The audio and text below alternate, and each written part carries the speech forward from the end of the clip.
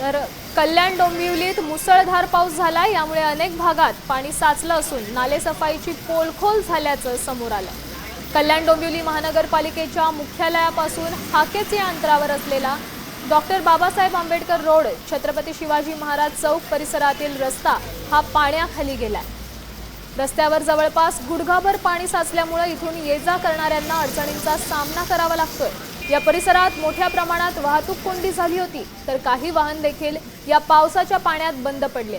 दरवर्षी याच परिसरात पावसाळ्यात गुडघाभर पाणी साचतं, मात्र केडीएमसी कडून काहीच यावर उपाययोजना होत नसल्यामुळे नागरिकांचा आता संताप व्यक्त होतोय। आपण पाहू शकतो ही दृश्य कल्याणमधील।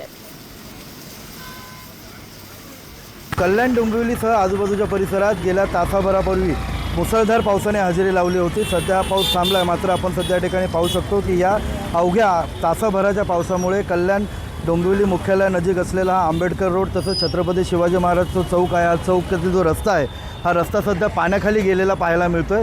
रस्त्यावर पाणी आल्याने या ठिकाणी प्रचंड अशी वाहतूक कोंडी सध्या पाहायला मिळते। नागरिकांना ये-जा करताना देखील या ठिकाणी अडथळे निर्माण होत आहेत। अनेक गाड्या देखील या ठिकाणी या पाण्यामुळे अनेक रिक्षा देखील या ठिकाणी बंद पडलेल्या आहेत। एकंदरीतच पावसाळ्याच्या पार्श्वभूमीवर कल्याण डोंबिवली महानगरपालिकेकडून नालेसफाईचा दावा केला जातो, मात्र अवघ्या तासाभराच्या पावसातच या ठिकाणी एवढ्या मोठ्या प्रमाणात पाणी साचलं या ठिकाणी पाहायला मिळतं। त्यामुळे नागरिकांनी प्रचंड मनस्ताप व्यक्त केलेला आहे। एकंदरीतच कल्याण डोंबिवली महापालिकेचा नालेसफाईचा जो दावा आहे हा दावा अवघ्या तासाभराच्या पावसातच सध्या फोल ठरल्याचं पाहायला मिळतं।